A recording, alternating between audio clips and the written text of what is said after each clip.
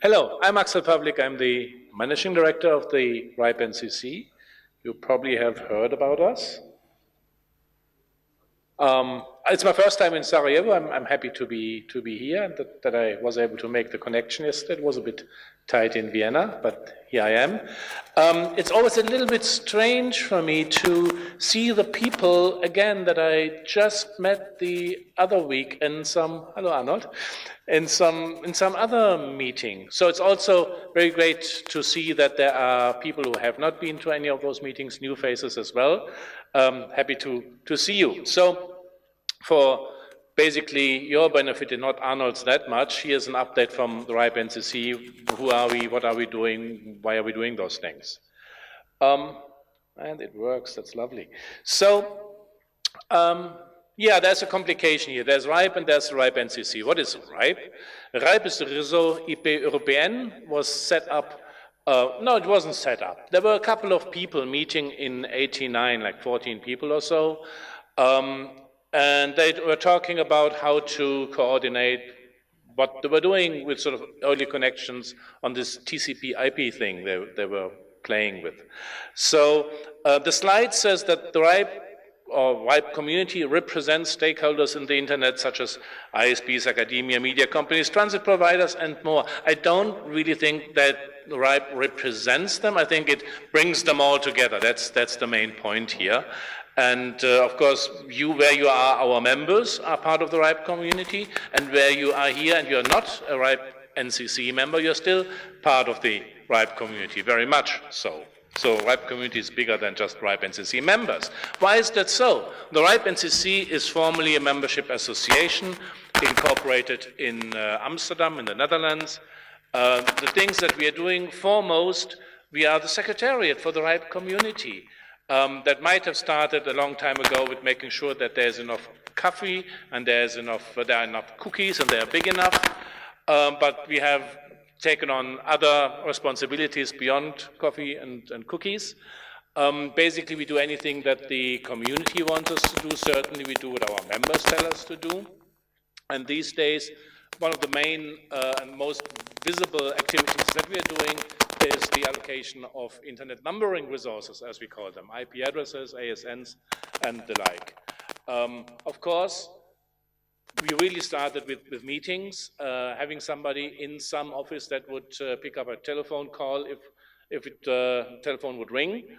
But of course, we facilitate, by running the RIPE meetings, we facilitate the policy development process, those processes that allow you, the community, to tell us how to allocate those IP addresses. So you make the policies, and the RIPE NCC does implement them then. We'll talk a little bit about that later on. Having said that, we are a membership association. Formally, the membership association has an executive board, which is somewhat under Dutch law a misnomer because it's not really an executive board. It's more also the board that roughly steers my management's activities. You've seen Piotr is here, and the rest of them couldn't make it. Of course, they also have day jobs, and being on the executive board is sort of a volunteer activity there also. The board, however, does represent the membership, and they provide guidance to me and my management. And yeah, well, there are elections regularly, some couple of things that I'll talk about later on around the general meeting that will happen again. So thank you for Piotr for turning up here. So statistics, loads and loads of statistics. We have so much data, we don't know what to do with them. Occasionally we pack them together into nice graphs that are colorful and pleasant to look at. Some of them are a little bit dense, so I do recommend that you look at them again in some depth after the presentation. It's all, of course, freely available from the website. Speaking about membership growth is crazy, and you only see the last couple of years, so it doesn't look that bad, but it's really strong. We see, again, unprecedented growth in 1918. We think that by the end of this year, we'll have 24,000 LIRs, probably a couple of them more. It's basically these days fueled by the run out of IPv4 addresses. You know, you can get your last /22. If you haven't gotten your last /22, you might want to look into that if you remember. So yeah, and at some point those addresses will run out rather soon, and then we foresee a less strong growth or maybe sort of a bit of a flatlining there. Within this region, we do see Romania and I think Bulgaria sticking out there a little bit. Otherwise, it's soft and slowly growing, which is good. Looking at the autonomous system numbers in the area, there's a bit of a fluke here in 2011 and 12. That's basically an administrative change, how we administered those resources. Some of them fell under the sort of European umbrella, and that was corrected then later on. So that's more the overall development. IPv4 addresses, I think that is also quite clear that Romania is sticking out there for a while, and then what happened is that a couple of addresses were transferred, I think, mainly to Saudi Arabia and to Iran from inside Romania to outside. So that's the drop-off there again. Things happen in the transit procedures there. IPv6 /32s, also large growth there, same suspects. We do, for quite a number of years, try to measure how IPv6 deployment is doing in our service region. And so, tongue-in-cheek, we call that Ipv6 Ripeness.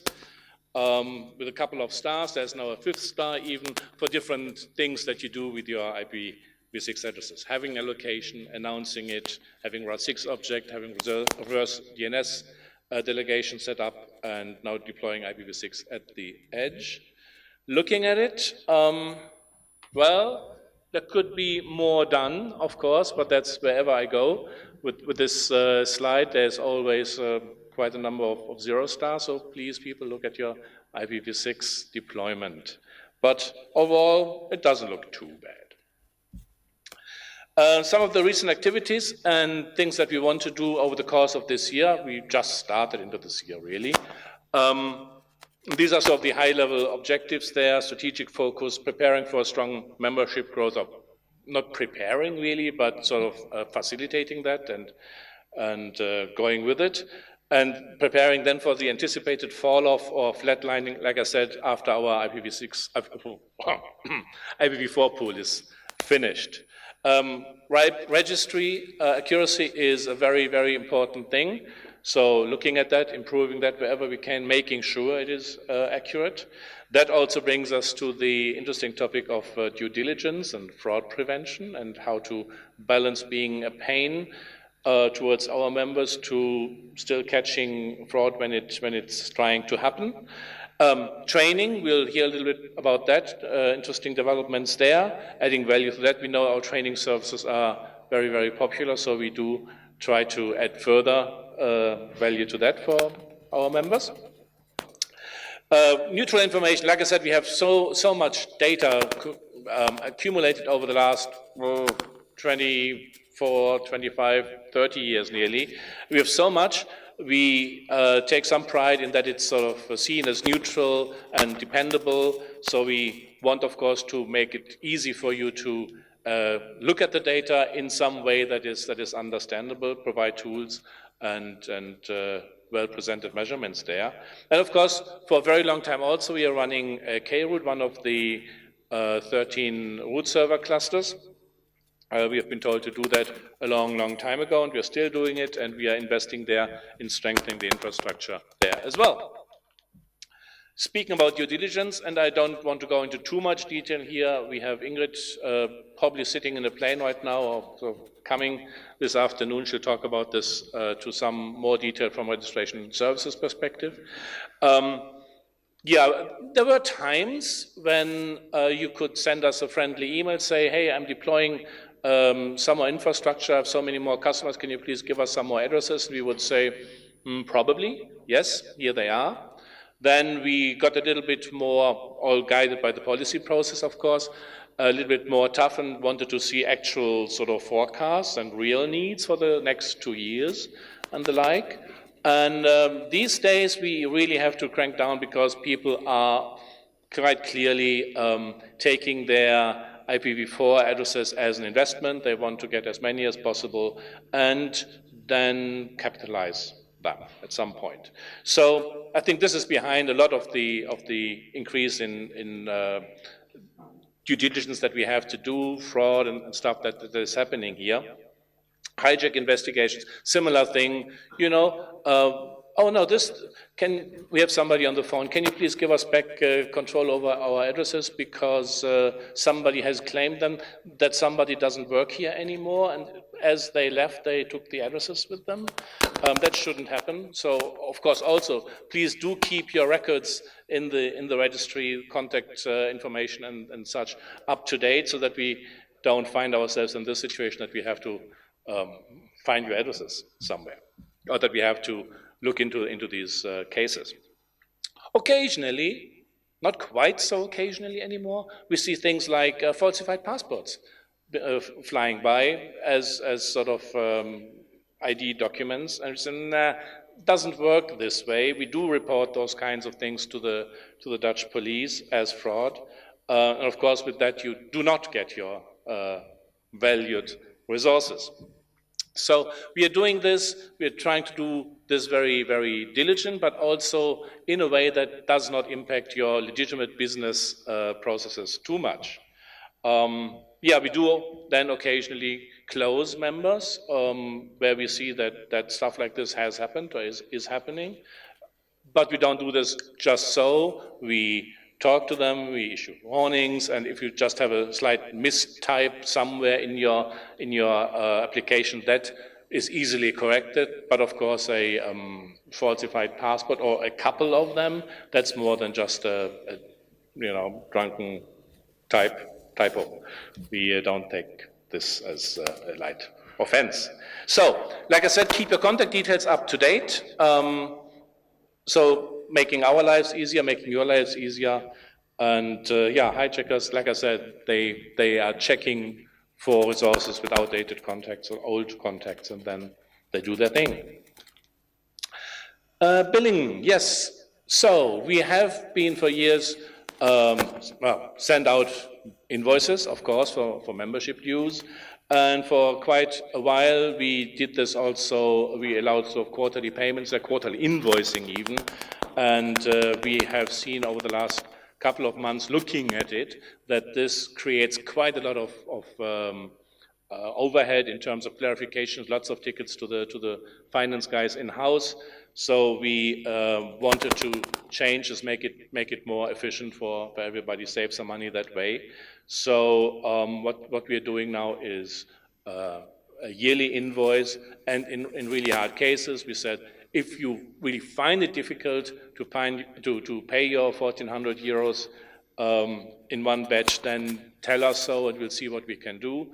I'm happy to say we just got a couple of dozen, like 153 or so requests out of 20,000 LIRs that needed this assistance, and so we did this year. We want to tampen that down and try not to do this next year. Yeah, there's that. Policy implementation, we have been asked to check on the validity of abuse contact information.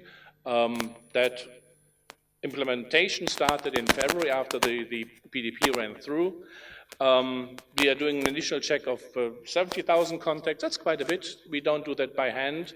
We have that automated, and where we find that things are not quite in order, then we take over manually where we have to. So if you see emails from us about this, please don't disregard them and say, oh, that's some sort of something that's not interesting. It's not spam, it is interesting, and please act accordingly by updating your information. Thank you. E-learning, I'm not saying too much about it. Ulka will do that in a while. But what we have been doing is, of course, face-to-face training courses. They are very popular. It's popular with our trainers as well, because we see you face-to-face, and we can have a beer with you possibly, but also get to know you better and get to know your concerns and what your needs are from us as an organization. Then we do electronic things. We have the academy online.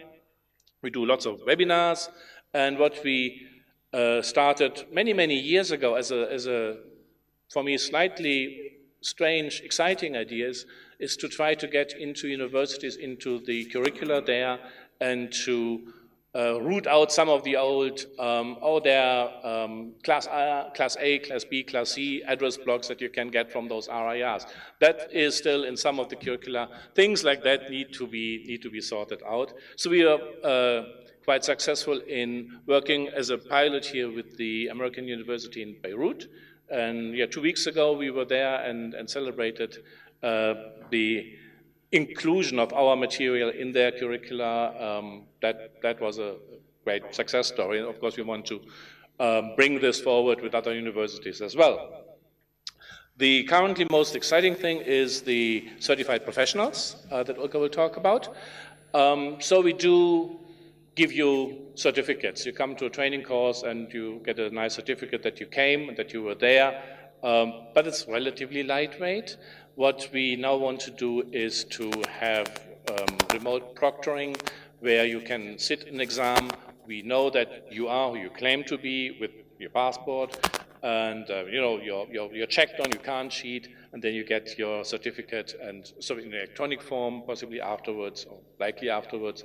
And yeah, that's adding some more value to the whole experience. We're looking at this, of course, we want to run a pilot fairly quickly, but so serious launching end of this year, beginning of next year. When you start this project, I just saw this out of left field coming at me at some point, and our training team, of course, is much more involved in this, and I'm learning things about the complexities that are involved in there. That's quite impressive. Another thing that we're doing for a very long time is measuring things on the internet. So Ripe Atlas, as sort of the global more than 10,000 nodes measuring network, is, I think, fairly well known by now. Of course, we are developing the system further and further, and what we see as a request from the community is sort of virtualization, have software probes and the like, instead of the little hardware things. We have some of them here, actually. If you want to deploy some in your network, please talk to the guys out there at the desk. So producing more data is fine, but that's one thing. Having tools to look at the results is another thing. So we are also constantly working at that, bring up new tools, visualizations like that. And we do here by now, after sort of the first couple of maybe difficult months and years after the launch, that now Ripe Atlas is very well established in the community. It's very, very useful. That's exactly what we were shooting for in the beginning, many years ago. So we are quite happy to see this happening. Of course, 10,000 probes around the world is quite nice, but of course we also see that they are in some dense areas, and if you would zoom in here, there are not that many in this particular region. So if you don't have one yet, please consider plugging one in and being part of this. Right, dashboard. Oh, what is this? The Ripe NCC page looks different now. You can tailor our web page according to your own needs with widgets and the like. If you haven't done that yet, have a look at it. It looks rather interesting. Again, trying to be helpful to your daily business needs. Of course, we're doing so many things. Half of them I can't talk about because it's so much. But we, of course, regularly produce annual reports from the organization. So the annual report 2018 is out, and with this also the financial report. They have been published. They look really, really cool. Of course, I'm not looking at this in detail, but they're very pretty, and there's lots of information, there's lots of data. We try, again, to produce them in a way that makes them understandable. Have a look. Another thing that we are doing, it's one of the reasons we are here, we support the local internet communities, and we found quite a lot of welcome to when we come and talk to the local operators. Often we see network operators groups forming from that. We've seen that in the past years quite often. Of course, where you are established as a NOC already, we are also happy to help co-sponsor events, stuff like that. Best practices, expertise, just talk to us. We are happy to come also and give presentations at your events. Right. The RIPE community, like I said, it's an old thing. It's turning 30 this year. And our chair has taken the RIPE chair has taken the action to write an a community report for last year. That's a new thing. It's very nice. And finally, we are coming to an end, hopefully, with debating how the RIPE chair can be agreed on, can be replaced, can be, yeah, it's not really elections, right? And as it happened, the first RIPE meeting was 14 people. There was no need for a chair. Suddenly, there was a chair because he stood up in the wrong moment, and then he was chair for 25 years.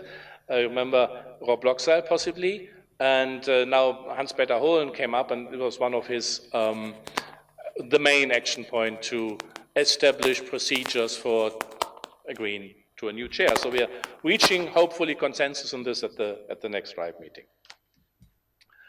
We have a couple of policy proposals still. We said at some point probably there won't be much happening after V4 run out, but that's not true. There's lots of things happening, and also not only about IPv4 addresses, lots of other things there as well. Some are more housekeeping oriented, some are touching the foundations of what the RIPE NCC is and what the RIPE community is, looking at, for instance, the BGP hijacking as a violation of RIPE policy discussion that is currently ongoing. It's very interesting. In a nutshell, the RIPE community, the RIPE NCC has said for many, many years, oh, we're not the routing police. No, it's the operators to do this. We have no role in this. Now, this speaks counter to that and said, well, if there is hijacking happening, something weird in routing, that shouldn't happen. That is a violation of RIPE policy, should be a violation of RIPE policy. And then the RIPE NCC is supposed to do something about this. So, of course, as RIPE NCC staff, I'm neutral. I listen to what the community says, but they're saying many interesting things. There are various camps and they're debating vigorously, which is lovely. So participation in this process is important, in the policy development process, and we really would like to see a little bit more, or quite a bit more, participation from this region. If you look at it, this region looks rather pale on the map. So that means that not that much participation in terms of mails to mailing lists, contributions to the discussions has happened from this region. It's fine if you don't have an opinion. It's fine if you don't have the time for this. But those decisions, those policies will quite likely impact your business operations. So do follow them and occasionally make yourself heard. It's important. Every voice is equally important as well. Speaking about having a say, we are doing member lunches, not only trainings face-to-face, also lunches, not only here, but also associated to other events that might be happening in the region. There might be a training going on, and then we quite often say, oh, since we are there already, we can invite all our members in the greater area and see who turns up to a lunch, and then we can chat with more than the people at the training only. So there are a couple of dates for roughly in the region. I'll go to a couple of them as well myself. Always good for lunch, but also meeting you, of course. And then this is very close to Serge's heart, the survey. We do surveys regularly. We do them every 3 years. And they give us very valuable input in how we are doing things, how good our services are, what we should be doing, what we should not be doing, basically any of thoughts that you have. That is crucial for running this operation, to be in sync with the membership and the wider community. The last survey was pretty good in getting feedback from 4,400 people, and I've heard Serge saying he wants 6,000 this time or more. So we are trying to facilitate that as well by making the survey a little bit smaller, a little bit easier, a little bit shorter, quicker to fill in. The survey itself will launch at the next RIPE meeting when we are in Reykjavik. Like I said, shorter, more streamlined. Please do participate. It's not just that you can tick boxes and we file this thing. We actually have quite a bit of work with it afterwards.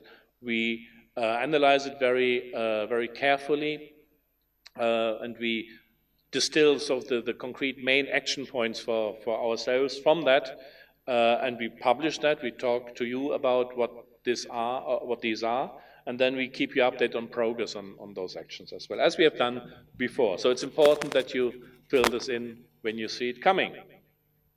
More having a voice and more letting that voice speak and being heard.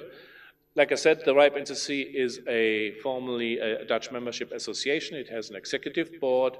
The board needs to get elected somehow, and that's what our members do at the general meeting. And not only when you're physically there, you can also participate remotely and vote remotely. That's important. The next general meeting is very important also for you, in that you will decide, if you're a member, you will decide what the charging scheme for 2020 will be. And there is excitement and there are alternatives. As we have heard, we should provide alternatives. We're doing that. And of course, again, talking to us and talking maybe a little bit more formally to the board, telling the board what you want is useful. So registrations are open. It takes place not 48 hours long, really. It's a couple of hours, like probably about 2 hours of ongoing procedures. But we have heard comments about difficulties for people to participate at this time, because we have a really wide service region too. We let those meetings formally run for a long time so that people can take part in the voting whenever it fits into their daily routine. Of course, you can watch via web stream. That's not that new anymore. It's quite popular also. And yeah, like I said, vote electronically. Participation from the Southeastern Europe region is not that high. And again, we have Bulgaria and Romania peaking out a little bit there, especially Romania. But we can use more participation also here from this region. Right? Meeting participation, people coming to RIPE meetings. Of course, you see them spiking when the meeting is roughly, again, in the region. The first spike is Athens, the second one is Bucharest, yeah, and the rest, so somewhere else in the service region. So we try to come around with those meetings as much as we can, as much as it makes sense to be everywhere, if not at the same time. Of course, you are invited to come to the next RIPE meeting. It'll be in Reykjavik. I understand it's a lovely island. They don't have many trees, but lots of volcanoes. It should be fascinating, but also the ongoing work within the meeting rooms will be fascinating. If you find it difficult financially to attend, there are various ways that we might be able to help you, various programs. There's the RACI funding for the academics, the fellowship funding there as well. And if you have an interesting project proposal, there's what we have, the RIPE Community Projects Fund. That's not for going to the meetings, that's for helping to fund an ongoing interesting project. And that's it. We have a couple of minutes for questions, if you have any. Of course, I'll also be here for the rest of the day and tomorrow. Thank you very much. Thank you, Axel.